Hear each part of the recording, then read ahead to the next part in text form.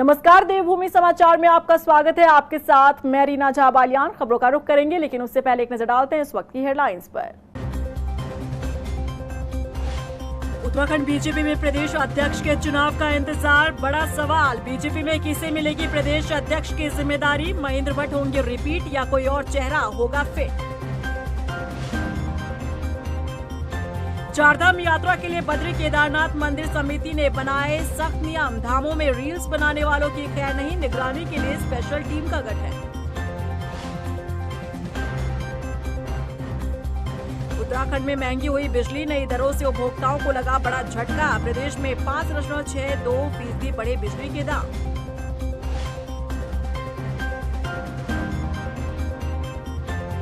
और हल्द्वानी से चौंकाने वाला मामला आया सामने। एक महीने का आया 46.5 लाख रुपए से ज्यादा का बिजली बिल। उपभोक्ता की उड़ गए होश, दर्ज कराई शिकायत। चलिए बुलेटिन की शुरुआत कर लेते हैं। उत्तराखंड बीजेपी में नए प्रदेश अध्यक्ष के चुनाव की सुगबुगाहट तेज है। बहुत जल्द बीजेपी को नया प्रदेश अध्यक्ष मिल सकता है। इस बीच नए प्रदेश अध्यक्ष के चेहरे को लेकर कयासों का दौर जारी है। सवाल यह भी है कि कहीं ऐसा तो नहीं कि बीजेपी महेंद्र भट्ट को ही बतौर प्रदेश अध्यक्ष रिपीट करने जा रही है। देखिए रिपोर्ट। बीजेपी में नया प्रदेश अध्यक्ष कब बनेगा और कौन बनेगा, इसे लेकर बीजेपी में सुगबुगाहट तेज है। नए प्रदेश अध्यक्ष के चुनाव का ऐलान किसी भी वक्त हो सकता है। ऐसे में सवाल ये कि बीजेपी प्रदेश अध्यक्ष के तौर पर किसे कमान देने जा रही है।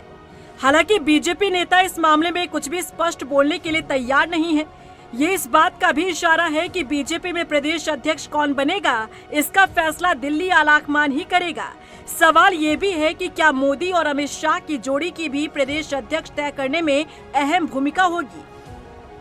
उधर राज्य के बीजेपी कार्यकर्ताओं में जिन नेताओं के नामों की चर्चा हो रही है, उनमें आदित्य कोठारी, ज्योति प्रसाद गैरोला, खजान दास जैसे नेताओं के नाम शामिल हैं। इसके साथ ही बीजेपी के विधायक विनोद चमोली के नाम की चर्चाएं भी चल रही है।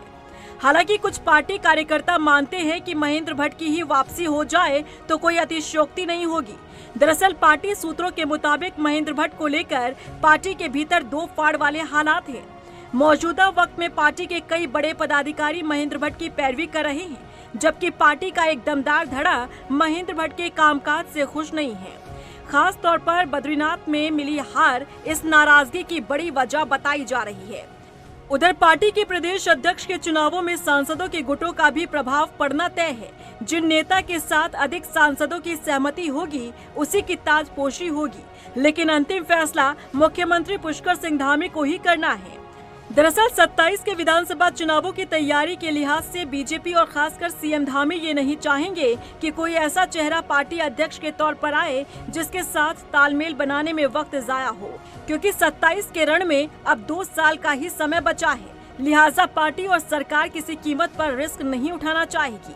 ऐसे में उत्तराखंड में पार्टी अध्यक्ष के पद पर किसकी ताजपोशी होगी, ये तय करना बीजेपी के लिए भी आसान नहीं दिख रहा है।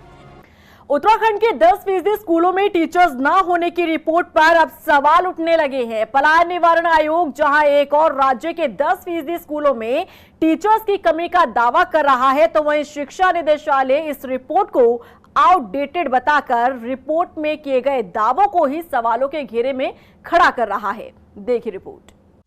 उत्तराखंड में शिक्षा विभाग राज्य का सबसे बड़ा सरकारी महकमा है। ये महकमा जितना बड़ा है, उससे जुड़ी चर्चाएं उससे भी कहीं अधिक होती है। हाल ही में पलायन निवारण आयोग ने एक रिपोर्ट जारी की है। फरवरी 2025 की इस रिपोर्ट में दावा किया गया है कि राज्य के 12,065 स्कूलों में से 1,149 स्कूलों में टीचर्स ही नहीं है, यानी राज्य के 10% स्कूल शिक्षक विहीन हैं। देखिए, प्राइमरी में कई जगह एकल अध्यापक स्कूल है, कई विद्यालयों में प्राइमरी में टीचर्स नहीं है, कई विद्यालयों में एकल छात्र है। तो एक कॉम्प्लिकेटेड सी सिचुएशन है ना। ये जनरलाइज नहीं कर सकते कि सब कहीं भी टीचर नहीं है या कहीं भी बच्चे नहीं है, लेकिन प्राइमरी में थोड़ा हमारे को और काम करने की आवश्यकता है। वहीं पलायन निवारण आयोग की इस रिपोर्ट पर शिक्षा निदेशालय ने सवाल खड़े कर दिए हैं। शिक्षा महानिदेशक झरना कमठान का दावा है कि सूबे में हालात इतने भी खराब नहीं हैं, जितने पलायन निवारण आयोग की रिपोर्ट में बताए गए हैं। हालांकि राज्य के स्कूलों में शिक्षकों की कमी को वो जरूर स्वीकारती हैं, लेकिन पलायन निवारण आयोग की रिपोर्ट के मुताबिक नहीं। शिक्षा महानिदेशक बताती हैं कि 4 अप्रैल को सभी जिलों से मंगाए गए आंकड़ों के मुताबिक सिर्फ 97 स्कूल ऐसे हैं जहां टीचर्स नहीं हैं। हालांकि ऐसे स्कूलों में आसपास के स्कूलों से टीचर्स का इंतजाम किया गया है। देखिए, वो रिपोर्ट आने के बाद हमने लेटेस्ट आंकड़े जनपदों से लिए थे और 4 अप्रैल को सभी जनपदों के साथ एक वीसी करी गई थी। तो स्थिति प्रकाश में आई है कि 97 स्कूल्स ऐसे हैं जहां पे विद्यालयों में टीचर्स नहीं थे, लेकिन वहां पे व्यवस्था के तहत जो आसपास के स्कूल्स हैं वहां से टीचर्स को अटैच किया हुआ है, उनको कार्योजित किया गया है। शिक्षा महानिदेशक झरना कमठान की माने तो राज्य में इस बार रिकॉर्ड संख्या में नए टीचर्स की नियुक्ति की गई है। राज्य में टीचर्स के 2300 पदों पर नियुक्तियां की गई हैं। यही नहीं, जो पद खाली हैं, उन पर भी नियुक्तियों की तैयारी चल रही है।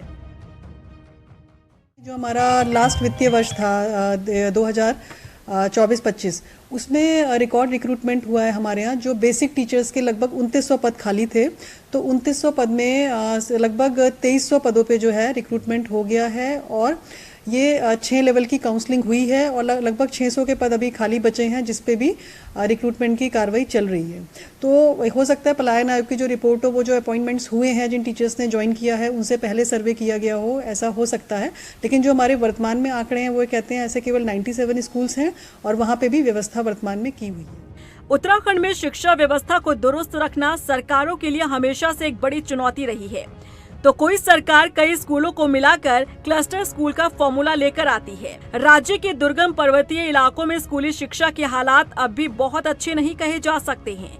फिलहाल सूबे में शिक्षा को लेकर सरकार के ही 2 विभागों के आंकड़े अलग अलग कहानी बयां कर रहे हैं।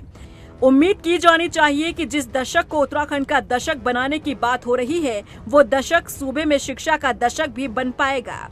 वहीं चारधाम यात्रा को लेकर प्रशासन तैयारियों में जुटा है। घनसाली में नगर पंचायत अध्यक्ष गोविंद सिंह राणा के नेतृत्व में तहसीलदार बिरम सिंह पवार, थाना अध्यक्ष समेत व्यापार मंडल की एक बैठक हुई, जिसमें आगामी चारधाम यात्रा को लेकर तमाम मुद्दों पर चर्चा की गई और यात्रा के बेहतर संचालन पर सुझाव दिए गए। हम लोगों ने कई सारे डिसीजन लिए हैं, जिनमें पहला डिसीजन तो ये है कि जो लोकल बसेज है जो कि मार्केट में रुकती हैं, वो पहले उनका जो रुकने का टाइम था वो लगभग 1-1 घंटा था। अब उसको हमने रिड्यूस करके 30 मिनट्स का कर दिया। अधिकतम 30 मिनट के लिए वहाँ पर बसेज रुकेंगी। और इसके अलावा जो वहाँ पर पार्किंग की जो समस्या है, 2 व्हीलर्स की पार्किंग के लिए हमने एक स्थान निर्धारित कर लिया है। जितने भी व्यापारी लोग हैं उन सब की जो 2 व्हीलर्स हैं, हम उसी स्थान पर सभी को पार्क करवाएंगे और अगर किसी की गाड़ी नॉन पार्किंग एरिया में मिलती है तो उसके विरुद्ध हम कार्रवाई करेंगे। इसके बाद जो अगला डिसीजन हमने लिया है कि जो नाबालिग बच्चे हैं जो वाहन चला रहे हैं, उसमें उनके जो गार्जियंस हैं उनके खिलाफ कार्रवाई की जाएगी। गर्मियां शुरू होते ही उत्तराखंड वासियों को महंगी बिजली का झटका लगा है। प्रदेश में बिजली के दामों में बढ़ोतरी कर दी गई है, यानी कि आपके घर अब बढ़ा हुआ बिजली का बिल पहुंचेगा और आपकी जेब और ढीली होने जा रही है। देखिए रिपोर्ट। उत्तराखंड में महंगी हुई बिजली, उपभोक्ताओं को लगा बड़ा झटका। बिजली के दाम में बढ़ोतरी। अगर आप उत्तराखंड में रहते हैं तो अपनी जेब और ढीली करने के लिए तैयार हो जाइए। गर्मियां शुरू होते ही आम जनता को महंगी बिजली का करंट दिया गया है। उपभोक्ताओं को महंगी बिजली का झटका लगा है। प्रदेश में बिजली के दाम में बढ़ोतरी की गई है। दरअसल प्रदेश में उत्तराखंड विद्युत नियामक आयोग ने विभिन्न वर्ग के लिए बिजली के दामों में बढ़ोतरी की घोषणा की है। इसमें फिक्स चार्ज की बढ़ोतरी नहीं की गई है, लेकिन प्रति यूनिट बिजली के दाम करीब 33 पैसे तक बढ़ाए गए हैं। 5% ही रिस्ट्रिक्ट किया है, मतलब 5% से ये ज़्यादा नहीं ले सकते। ईपीसीएल सोलर वाटर हीटर जो रिबेट था 50 लीटर पर पहले 50 रुपया था, उसमें हमने 75 रुपया इस बार कर रखा है। अगर 50 लीटर का कोई सोलर वाटर है हीटर है तो उस पर रिबेट जो मिलेगा 75 रुपया। एग्रीकल्चर एलाइड में पहले एक कैटेगरी थी एग्रीकल्चर एलाइड, तो उसको हमने 3 भागों में बांटा है। RTS 4A को लोड के हिसाब से 25 किलोवाट तक, more than 25 kilowatt and up to 75 kilowatt and above 75 kilowatt. इसमें जैसे मशरूम्स वगैरह का था तो इसमें कुछ ज़्यादा ही बेनिफिट्स उनको मिल रहा था। और भी रीजन्स थे तो इसको 3 भागों में लिया गया। उत्तराखंड विद्युत नियामक आयोग ने प्रदेश में घरेलू और व्यावसायिक समेत विभिन्न वर्ग के उपभोक्ताओं के लिए नई दरों की घोषणा की है। आयोग ने पिछले साल के टैरिफ के लिहाज से घरेलू उपभोक्ताओं के लिए 33 पैसे की दर से अब बढ़ोतरी की है। इसी तरह व्यावसायिक उपभोक्ताओं के लिए 42 पैसे की वृद्धि की गई है। छोटी इंडस्ट्री के लिए 36 पैसे और बड़ी इंडस्ट्री के लिए 46 पैसे की बढ़ोतरी की गई है। उधर इलेक्ट्रॉनिक व्हीकल चार्जिंग स्टेशन में 65 पैसे की बढ़ोतरी की गई है। प्रदेश में उपभोक्ताओं द्वारा बिजली उपयोग के लिहाज से बिजली बढ़ोतरी की दरों को देखें। 0 से 100 यूनिट तक उपयोग करने वाले उपभोक्ताओं के लिए अब 25 पैसे की बढ़ोतरी हुई है। इसी तरह 101 से 200 यूनिट तक उपयोग करने वालों को अब प्रति यूनिट 35 पैसे अधिक देने होंगे। 201 यूनिट से 400 यूनिट के उपयोग करने वाले उपभोक्ताओं के लिए 45 पैसे की वृद्धि की गई है, जबकि 400 यूनिट से अधिक उपयोग करने वाले उपभोक्ताओं के लिए 45 पैसे प्रति यूनिट की बढ़ोतरी की गई है। एक तरफ जहां आयोग ने घरेलू उपभोक्ताओं के लिए बिजली के दाम बढ़ाए हैं, तो वहीं उच्च हिमालय क्षेत्र में रहने वाले उपभोक्ताओं को भी महंगाई का झटका लगा है। आयोग ने फिक्स चार्ज के रूप में केवल उन बड़े उद्योगों पर बोझ बढ़ाया है जो आम किसान के रूप में अब तक लाभ ले रहे थे। हल्द्वानी से 1 महीने का लाखों रुपए का बिजली बिल आने का मामला सामने आया है। ये घटना अरावली वाटिका छडियाल क्षेत्र की है, जहां रहने वाले हंसा दत्त जोशी को उस समय गहरा झटका लगा जब उन्हें अपने घर के बिजली बिल के रूप में 46,60,151 रुपए की राशि का नोटिस मिला। ये चौंकाने वाला बिल उनके घर में लगाए गए नए स्मार्ट मीटर के 1 महीने के बाद आया। हंसा दत्त जोशी ने बताया कि 1 महीने पहले स्मार्ट मीटर लगाया गया था और 2 दिन पहले उन्हें जब ऑनलाइन माध्यम से बिजली बिल मिला तो उसे देखकर उनके होश उड़ गए। उन्होंने तुरंत ही इस भारी भरकम बिल की शिकायत ऊर्जा निगम के ट्रांसपोर्ट नगर कार्यालय में की। पहला बिल आया, इसमें 46,60,151 रुपये का बिल आया है। यह 10 दिन का बिल है, ये ज़्यादा पुराना भी नहीं है। पहले आपका बिल कितना आता था? पहले कभी 700, 800, 900 इस बिल आया था। जो सम्मानित जोशी जी जिनके संदर्भ में आज आप मेरे से वार्ता करने हैं, इनके परिसर पर 24 मार्च की डेट में हम लोगों ने पुराना मीटर बदल के स्मार्ट मीटर स्थापित किया था। जो पुराना मीटर इनके परिसर से उतारा गया था, उसका जो 7 सेगमेंट LED डिस्प्ले होता है, उसकी 1 डिजिट के 3 LED खराब थे, जिस कारण से उनके परिसर पर जो 339 फाइनल रीडिंग थी वो 339 की ना होके उसकी फ़ोटो खींचने पर वो फ़ोटो के रूप में 7,339 कैप्चर हुआ। हमारे सिस्टम ने उसको 7,339 के रूप में आइडेंटिफाई किया। आपको मैं ये उनके मीटर के उस समय जो डिस्प्ले लिया गया था उसकी फ़ोटो भी दिखा रहा हूँ। इसमें पहले डिजिट की LED ख़राब होने की वजह से 0 की जगह 7 फ़ोटो में कैप्चर हुआ है। हल्द्वानी में गौला किनारे अतिक्रमण कर रहे लोगों को प्रशासन ने वन विभाग के साथ मिलकर मुनादी करा दी है और 7 दिन के भीतर सभी अतिक्रमणकारियों को अतिक्रमण हटाने के आदेश दिए हैं। वहीं डिप्टी कलेक्टर नवजीत खलीक का कहना है कि वन विभाग मुनादी के साथ ही चिन्हीकरण की कार्रवाई भी कर रहा है, साथ ही 1 हफ्ते के बाद जरूरी कार्रवाई की जाएगी। ये संज्ञान में आया था कि गौलापार रेलवे स्टेशन के समीप कतिपय व्यक्तियों के द्वारा जो है वहां पर अवैध रूप से अतिक्रमण करके झुग्गी झोपड़ियां बनाई गई हैं। तो कल वहां पर वन क्षेत्र अधिकारियों के साथ विजिट किया गया है और वहां पर मुनादी करवाई गई है कि इस जगह को 7 दिन के अंदर खाली कर दें, अन्यथा नियमानुसार कार्रवाई अमल में उनके खिलाफ लाई जाएगी। उसका चिन्हीकरण के लिए फॉरेस्ट को निर्देशित कर दिया गया है। वो लोग सर्वे कर रहे हैं और उनकी संख्या और उनकी जितनी झोपड़ियां हैं उन सबका पूरा सर्वे करके वो हमें रिपोर्ट प्रेषित करेंगे, तब हम आपको कुछ वर्तमान में जो कच्चा है वो नया अतिक्रमण प्रतीत हो रहा है, लेकिन सर्वे के उपरांत ही क्लियर होगा कि ये कितने वर्ष से वहां पर काबिज है। उत्तराखंड किसान आयोग के उपाध्यक्ष बने अजीत चौधरी ने प्रदेश सरकार का आभार जताया। इसके साथ ही उन्होंने कहा कि वो प्रदेश के किसानों के लिए हर संभव कार्य करेंगे जिससे किसानों की समस्या का समाधान हो सके और उन्हें लाभ मिले।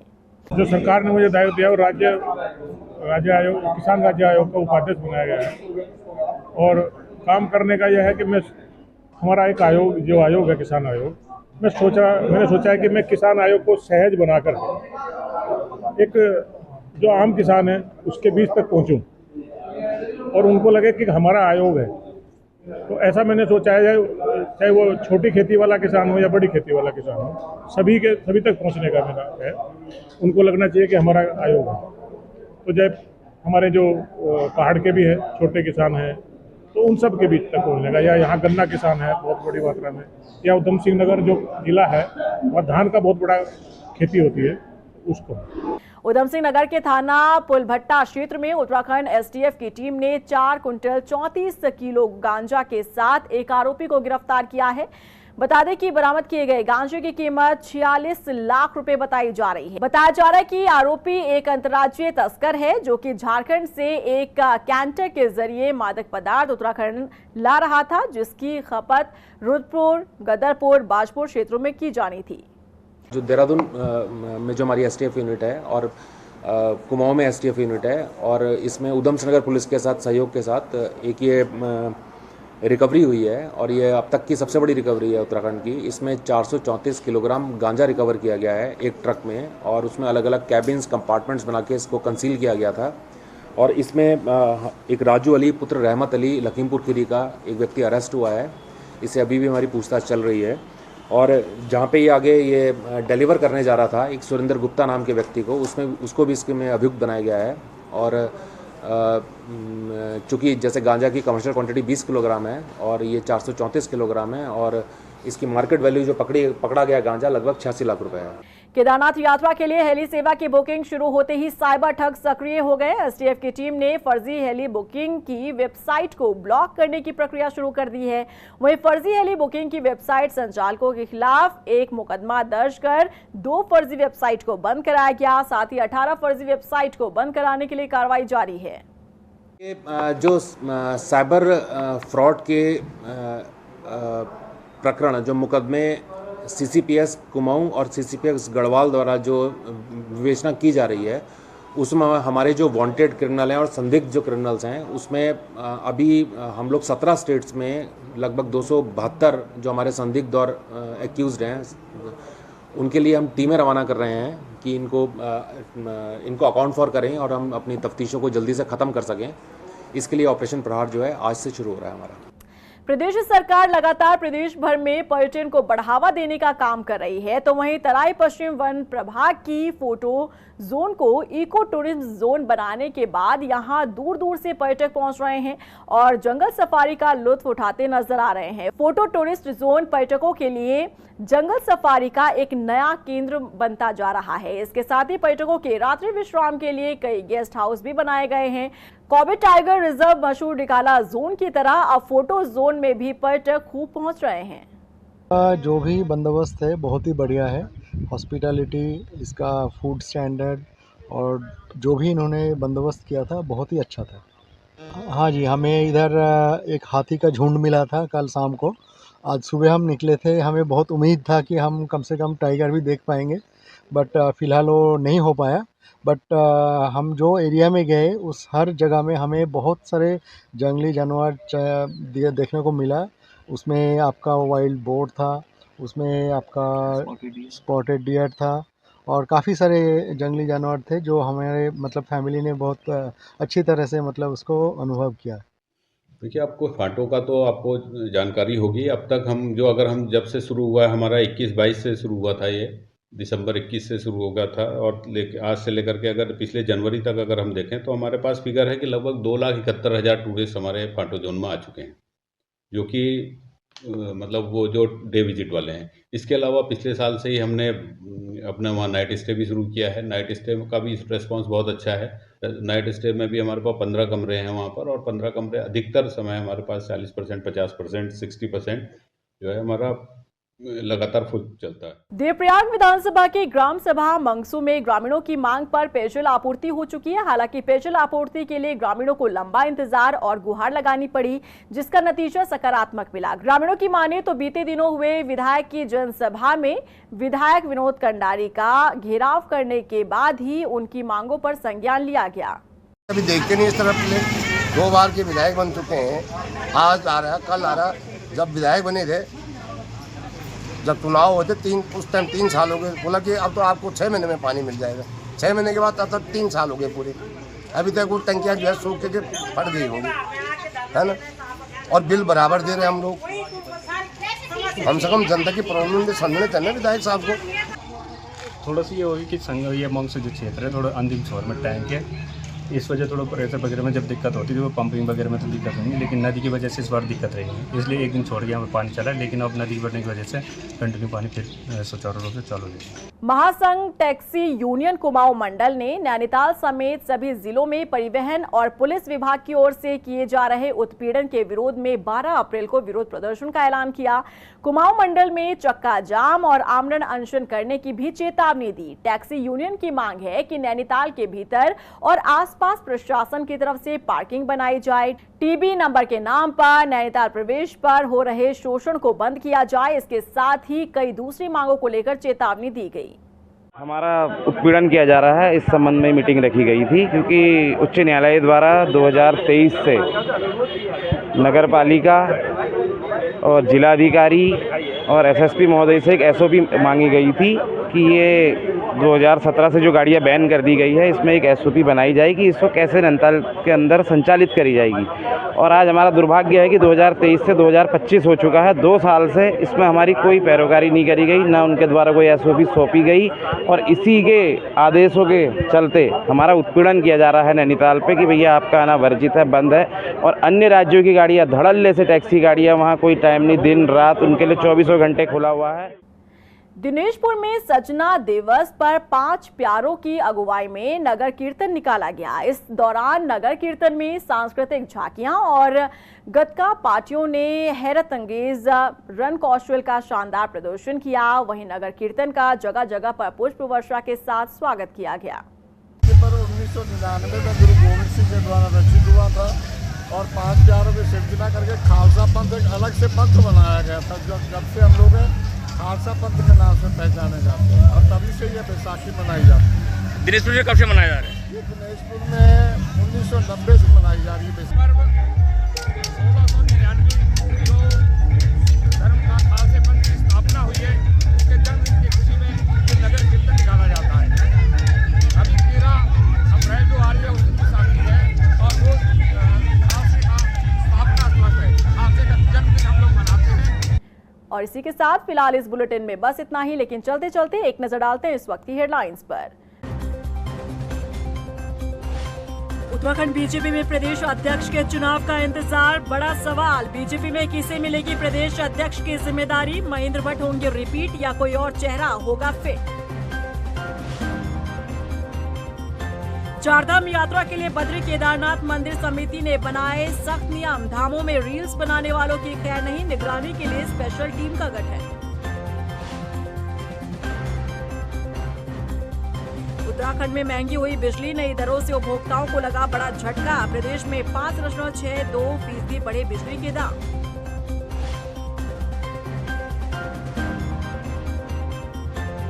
और हल्द्वानी से चौंकाने वाला मामला आया सामने, 1 महीने का आया 46.5 लाख रुपए से ज्यादा का बिजली बिल, उपभोक्ता की उड़ गए होश, दर्ज कराई शिकायत।